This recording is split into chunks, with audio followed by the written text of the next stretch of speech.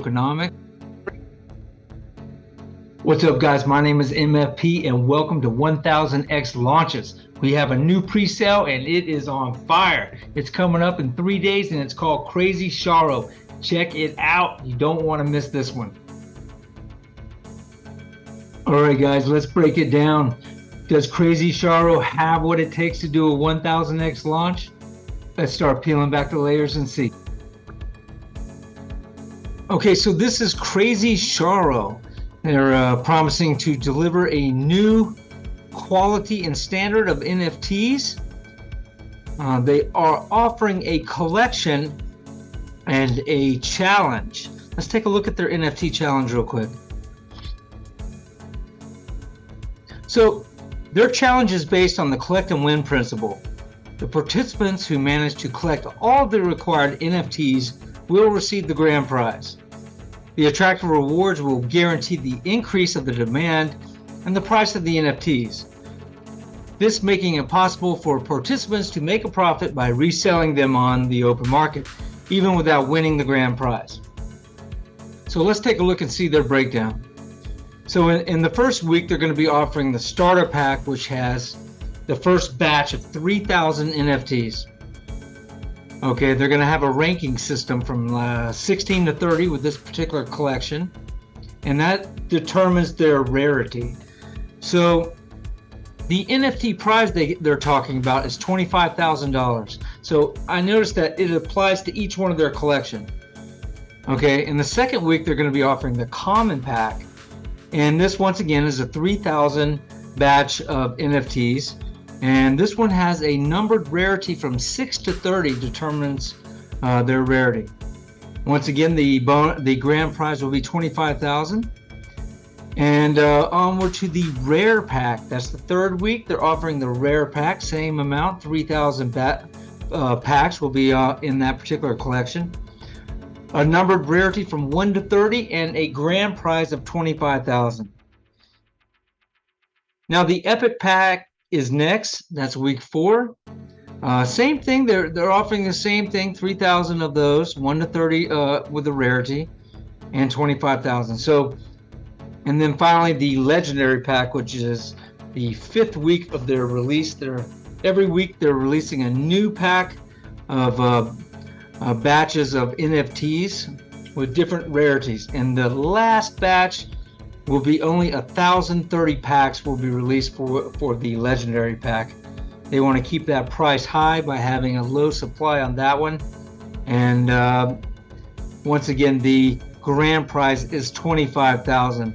I'm noticing for each one of these.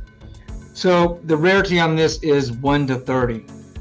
So interesting. It is a incentivized collection here where they kind of tier it up, and every week they raise the bar, and it looks like the rarity it becomes more rare with each and every 5-week collection. All right, so let's look at the token now and break down the token price. The token will be a deflationary token with a cap of 10 billion. So they can't mint any more than 10 billion. The Sharo is the only form of payment, the Sharo token, that will be used for their NFT web shop and NFT marketplace. The Sharo tax will be a 10% buy and sell tax. The breakdown is this: 5% goes towards their marketing and growth, 2% towards liquidity, 2% buyback, and a 1% to the holders fee. Pretty cool. All right, so let's go on to the white paper. Always go to the white paper in every single project. The white paper is a wealth of knowledge, and you can really get a overview of where the project is going, the direction. So it pretty much just states everything that I was talking about. And once again, you can see the taxes. They have a disclaimer on the bottom, and yeah, it just breaks down everything I just talked about. So if you want to just go right to the white paper and start, you will get a crystal clear vision of where this project is going with their NFTs and how they are setting this up as a reward-based system for NFT holders and token holders. So let's look at their team finally and their website. They do have a very diverse and ethnic group of people: engineers, programmers, graphic designers, developers, writers, and young professionals. They have a team of 11, which I like to see. I like to see a nice sized team. They come in right out of the gates. They can get so much more done and already have the ecosystem ready to flourish. Some of these projects start off with 2 people and they wait to see if the project gets traction before they start hiring. I mean, of course, right? You don't want to hire 10 people you don't need. But this project, they're starting with 11 people, 11 professionals, various backgrounds, and I like that. I like that. They can get so much more of a jump right out of the gates, and you need that, especially during a bear market. You need every advantage you could possibly get to be successful. Okay, let's take a look at the pink sale. The Crazy Sharo pre-sale is coming up on pink sale in 3 days and 12 hours, so there's absolutely plenty of time. They have a super ambitious B&B goal of 10,000. Currently they are at 38, but they do have a long way to go, but they do, fortunately for them, have a lot of time. 3.5 days, they could that number, could be huge.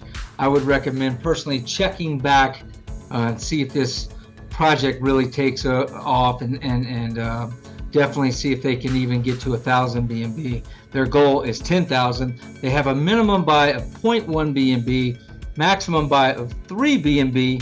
This is a public pre-sale. It is not a fair launch, so you will not get investors in there throwing 20, 40 B&B in there at a time and recouping their investment on launch, and that, what that does to the price. All in all,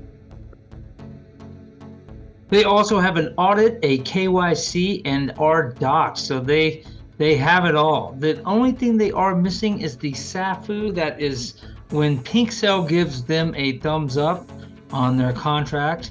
And I like to see it all, but I am happy with an audit, a KYC, and a full docs. Twitter, Facebook, and Telegram, Instagram, and Reddit all set up. Let's head over to their Telegram now. So when I go to the Telegrams, I always like to start with the pin messages and work my way back. I like to first check and see how many members do they have in their Telegram. Their particular Telegram has 2,746 members, and let's work our way back. We want to make sure that number is not absurd. Like, I've seen projects that, right out of the bat, before they even launch, they have 100,000 plus members, which that is not a true and fair number, maybe a botted number, which is a red flag right there. So anyway, work your way back. Start with the pin messages and work your way back, and you can see what is important to the team that they pin. Most of the times you can see when their AMAs are. Always you can find out where their contract address is in the pin messages, and just kind of work your way back and see all the way back to number 1. I mean, no matter how many they have at that time. So, and you can always tell, you can see what's important to them, and you can see the kind of interactions that are taking place. Are these real conversations going on, or is it a bunch of random nice project, good project kind of thing? That's that could be a red flag. If you see too much botting and spam, that means they're not really communicating with real investors. But this looks pretty decent so far, and they do have a lot of YouTubers making videos on this particular project. So I encourage you to go over to their website.